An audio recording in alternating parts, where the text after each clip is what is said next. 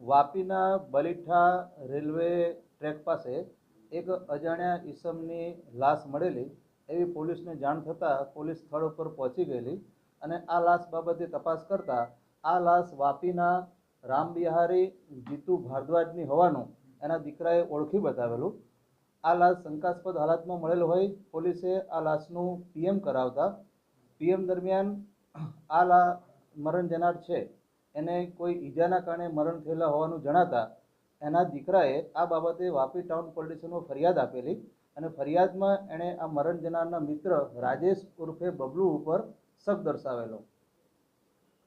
આ ફરિયાદના આધારે પોલીસે તપાસ શરૂ કરતા રાજેશ ઉર્ફે બબલુને મળી આવતા એની પૂછપરછ કરતા રાજેશ ઉર્ફે બબલુએ આ મરણ જનારની પોતે છરીના ઘા મારીને હત્યા કરેલી છે એવો ગુનો કબૂલેલો હતો। આજે મરણ જનાર છે એ પહેલા સહારા ઇન્ડિયામાં કામ કરતા હતા અને એ વીસી પણ ચલાવતા હતા। આરોપી છે રાજેશ ઉર્ફે બબલુ, એણે મરણ જનાર પાસે વીસીમાં 8 લાખ રૂપિયા લેવાના હતા અને સહારા ઇન્ડિયામાં પણ એને 8 લાખ રૂપિયા રોકેલા હતા। એમ મળીને કુલ 16 લાખ રૂપિયા આરોપીએ મરણ જનાર પાસેથી લેવાના હતા। અવારનવાર આરોપી મરણ જનાર પાસે પોતાના રૂપિયાની માગણી કરતો હતો, પરંતુ મરણ જનાર રૂપિયા આપતો ન હતો।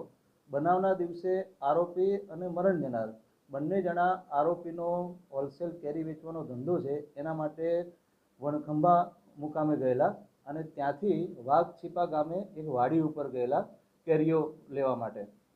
એ દરમિયાન આ મરણ જનાર અને આરોપી વચ્ચે ફરીથી પૈસાની લેતી દેતી બાબતે ઝઘડો થયેલા અને આ વાડી ઉપર કોઈ હાજર ન હોય એનો લાભ લઈ અને આરોપીએ મરણ જનારને છરીથી એનું મોત નિપજાવેલું, છરી મારી એને।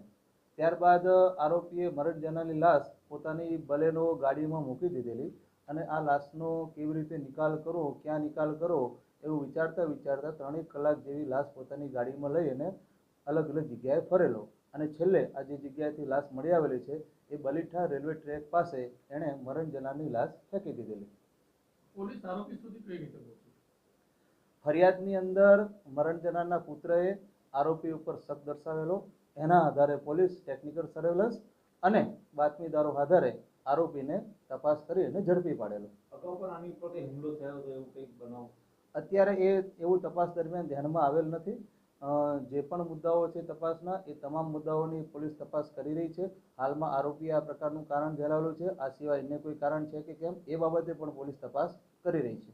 જેને હત્યા કરી છે એ કોઈ ભૂતકાળમાં કોઈ ગુનામાં સંડોવાયેલો છે કે એ વેપારી છે, શાનો વેપાર કરે છે? અત્યારે જે પોલીસ તપાસમાં જાણવા મળ્યું છે એ પ્રમાણે આરોપી છે એ કેળાનો હોલસેલનો વેપાર કરે છે। હાલ કેરીની સિઝન ચાલે છે તો કેરીનો હોલસેલનો વેપાર કરે છે। આરોપી જે છે એ મરણ જનાર સાથે વીસી બાબતે સંકળાયેલો હતો અને સહારા ઇન્ડિયાનું કામ મરણ જનાર કરતો હતો। એમાં પણ આરોપીએ પોતાના 8 લાખ રૂપિયા જેવા રોકાણ કરેલા હતા।